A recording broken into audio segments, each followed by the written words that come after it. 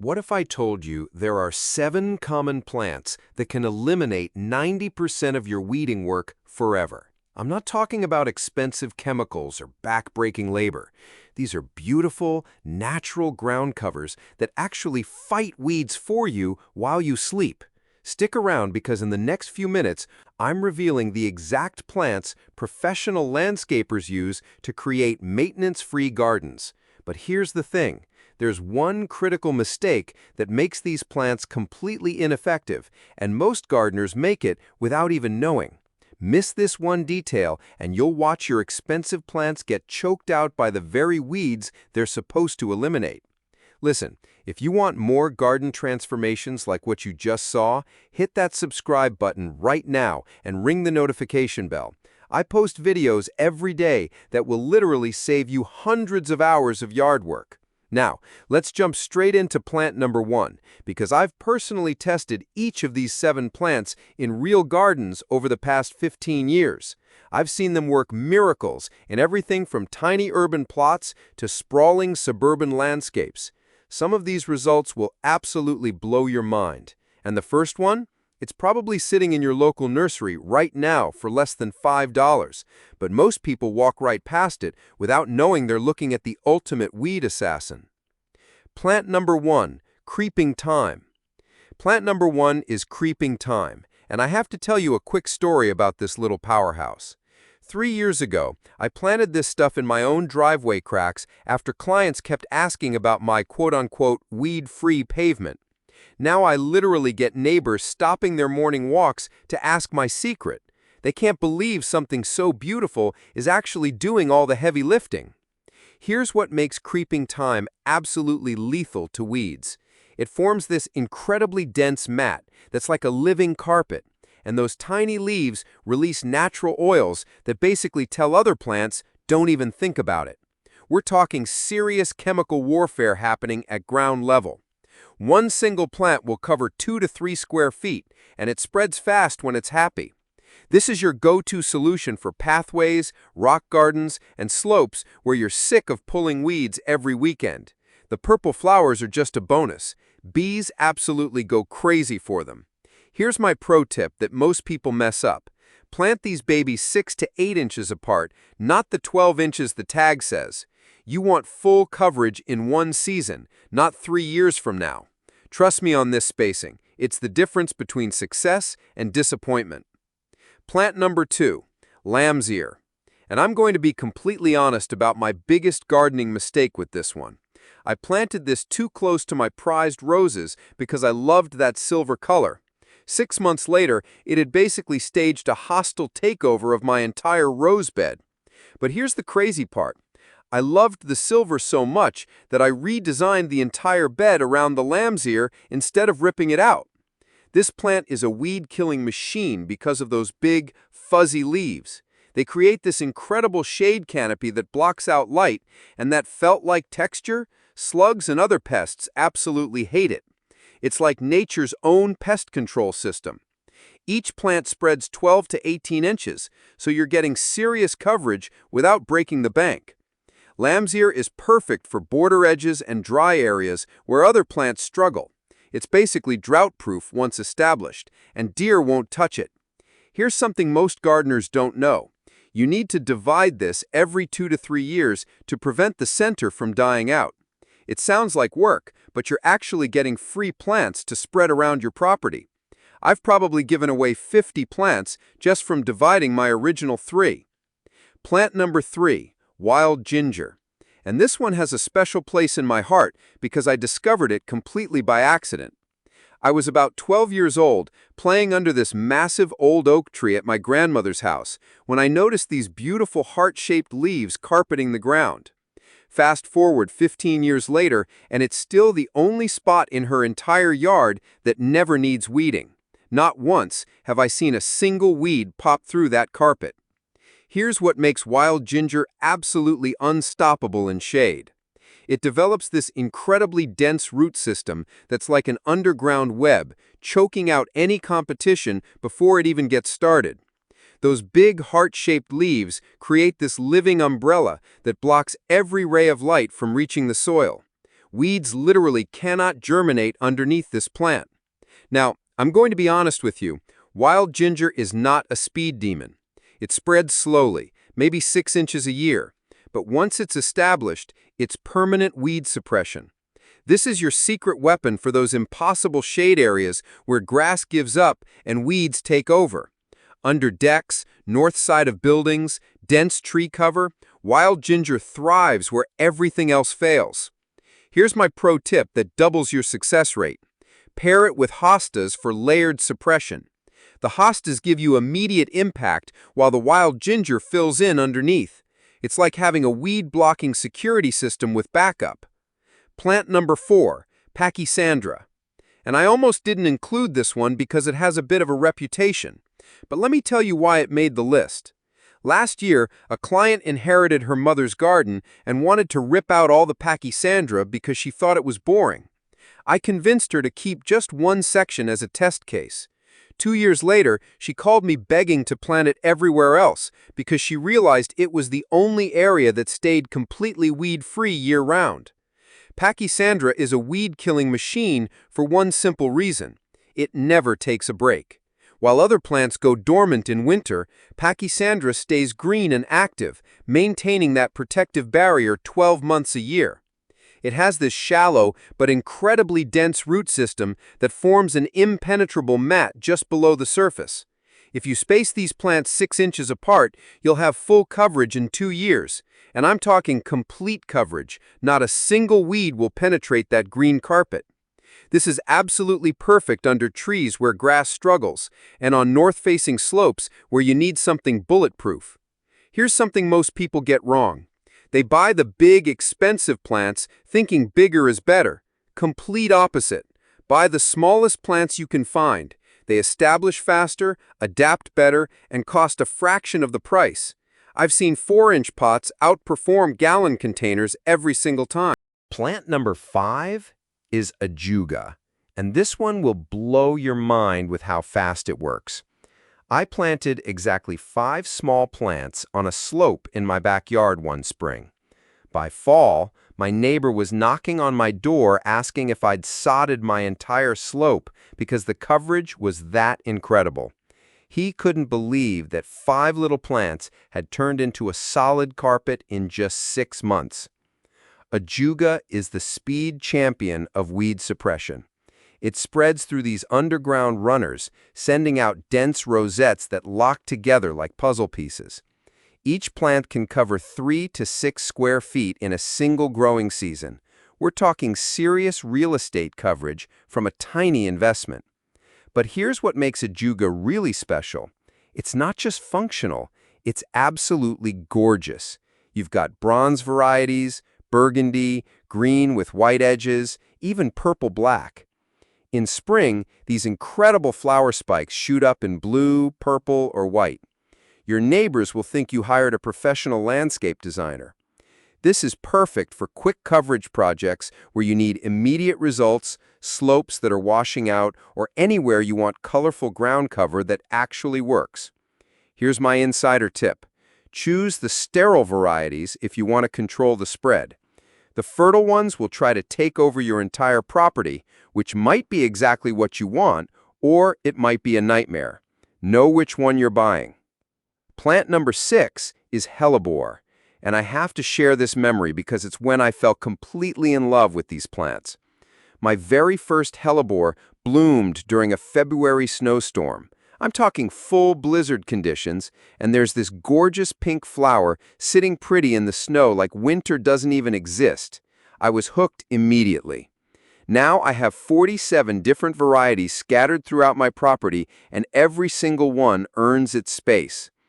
Hellebores are weed assassins disguised as beautiful flowers. Those large evergreen leaves create this dense canopy that nothing can penetrate. And here's the kicker. The plant contains toxic compounds that deer, rabbits, and most pests won't touch. It's like having a bouncer for your garden bed. Each mature plant covers an 18 to 24-inch diameter circle of complete weed suppression. And we're talking year-round protection because these leaves stay green through the harshest winters. This is perfect for woodland settings where you want something elegant and low maintenance. Here's the best part about hellebores. They self-seed like crazy once they're established. You'll start finding baby plants popping up all around the mother plant, giving you natural expansion without spending another dime. I've probably gotten 100 free plants just from letting mine do their thing. It's like they're building their own weed-blocking army. Plant number 7 is sweet woodruff, and this one has given me some of the most surprising results I've ever seen. 3 years ago, I had this stubborn bare spot under my deck stairs where absolutely nothing would grow. Too shady, too dry, just a patch of dirt that collected leaves and looked terrible. I planted sweet woodruff as a last resort, honestly not expecting much. Fast forward to today, and I'm actually harvesting this stuff to make homemade potpourri for my wife, and it's completely eliminated weeds in a 20-foot area around those stairs. I'm talking 0 weeds, not one dandelion, nothing. It's like this plant put up an invisible force field. Sweet woodruff works through pure domination. It forms this incredibly dense mat with these beautiful star-shaped leaves, and it releases natural compounds into the soil that literally tell other plants to stay away. It's like chemical warfare at the molecular level, and weeds don't stand a chance. In ideal conditions, this stuff is an aggressive spreader. We're talking serious expansion when it finds a spot it likes. It absolutely loves deep shade areas where most plants give up. Under decks, dense tree cover, north sides of buildings. Those delicate white flowers in spring are just a bonus on top of the weed suppression. Here's something cool most people don't know. Sweet woodruff contains coumarin, which gives it this amazing vanilla-like scent when you dry it. I harvest handfuls in late spring for natural potpourri and room fresheners. But here's my warning. Monitor the spread in small gardens. This plant can get ambitious, and you might find it trying to colonize areas you didn't plan for. All right, here's the mistake that makes these plants completely ineffective, and I'm embarrassed to admit I learned this the hard way. My very first attempt at ground cover was an absolute disaster. I planted everything in spring, thinking I was being smart by getting an early start. I watched weeds choke out my expensive plants all summer long, hundreds of dollars down the drain because I got the timing completely wrong. Here's what happens when you plant in spring. You're basically throwing your brown cover plants into a wrestling match with weeds that have been training all winter. The weeds wake up first, they're already established, and they have home field advantage. Your poor little plants are trying to get their roots established while fighting for every ray of sunlight and drop of water. The correct approach is fall planting, and this is absolutely critical to your success. When you plant in fall, your ground cover plants get the entire winter to establish their root systems without any competition. Come spring, they're ready to explode with growth while the weeds are just waking up. It's like giving your plants a 6-month head start in a race. But planting timing is only part of the equation. Before you put a single plant in the ground, you need to remove every existing weed and add a 2-inch layer of compost. I don't care if it's tedious, this soil preparation is non-negotiable. And here's something most people mess up. Plant closer than the tags recommend. If it says 12 inches apart, plant them 8 inches apart. You want faster coverage, not perfect spacing. This single change, fall planting with proper preparation, increased my success rates by 300% in client gardens. We went from 50% plant survival to nearly 100% establishment. It's the difference between success and throwing money away. All right, before we get to that banned plant I promised, here's lightning round with 5 more weed suppressors. These are my go-to backup plants that I use in almost every garden design when the main 7 won't work. First up, Vinca minor. I call this my shady slope savior. Evergreen coverage, tolerates deep shade, and those purple flowers in spring are gorgeous. This stuff will carpet a hillside where grass just gives up. Number 2, sedum varieties, the lazy gardener's dream. Completely drought-proof once established, succulent coverage that spreads naturally, and you literally cannot kill this plant. Perfect for hot, dry spots. Third, liriope, grass that isn't grass. Looks like ornamental grass, deer won't touch it, and those purple flower spikes in fall are stunning. Great for edging and mass plantings. Fourth, hostas, the shade champion, with hundreds of varieties available. Reliable weed suppression, and you can create amazing texture combinations with different leaf sizes and colors. And finally, heuchera, color that actually works in shade. Burgundy, lime green, silver, coral, incredible foliage colors that stay vibrant while blocking weeds completely. Now for the plant some communities have actually banned because it's too effective. I have a complete love-hate relationship with this plant. It solved my absolute worst weed problem, but also tried to eat my house siding in the process. English ivy. There, I said it. This stuff is incredibly effective because it's an aggressive climber and ground spreader. It will eliminate every weed in its path and create this lush green carpet that looks absolutely stunning. But here's why it gets banned. It can damage building foundations, climb up and kill trees, and spread into natural areas where it doesn't belong. If you're gonna use English ivy, you need serious barriers and constant monitoring. Better alternatives that give you similar results without the risks are Boston ivy or Virginia creeper. They're aggressive enough to suppress weeds, but won't try to take over your entire neighborhood. The key with any aggressive spreader is containment. Use it only in completely enclosed areas where it can't escape, and check the boundaries regularly. Otherwise, you might solve your weed problem, but create a bigger monster in the process. Now let me show you my 3-layer system that guarantees weed suppression. This system came from a client's impossible slope where nothing would grow. Constant erosion, terrible soil, full shade. Now it's the most beautiful part of her entire property. Layer 1 is your canopy layer. Hellebores and hostas spaced 18 to 24 inches apart. These are your big guns, creating overhead coverage and visual impact. Layer 2 is your mid-layer. Ajuga and sweet woodruff at 12-inch spacing. These fill in the gaps and create that dense middle coverage where weeds try to sneak through. Layer 3 is your ground layer. Thyme and vinca at 6 to 8-inch spacing. This is your final defense, covering every inch of exposed soil. Here's the secret most people miss. Plant in triangular patterns, not rows. Triangular spacing eliminates gaps and gives you maximum coverage with fewer plants. It looks more natural and provides bulletproof weed suppression. Your 90-day action plan starts now. I wish someone had given me this exact timeline when I started. Would have saved me 2 failed attempts and $300 in dead plants. Month 1 is all preparation. Test your soil pH, remove existing weeds, and order your plants. Don't rush this phase because preparation determines everything that happens next. Month 2 is planting time. Fall planting is ideal, but early spring works if you miss the fall window. Follow those spacing guidelines we discussed, and don't forget that 2-inch compost layer. Month 3 is establishment. Water regularly, but don't overdo it. Monitor for any problems and resist the urge to fertilize. These plants need time to settle in, not extra nutrients. Budget-wise, you're looking at $3 to $5 per square foot for a permanent solution. Compare that to $50 or more annually on herbicides, and this pays for itself within 1 year while giving you beautiful living coverage instead of chemical treatments. So which plant are you most excited to try?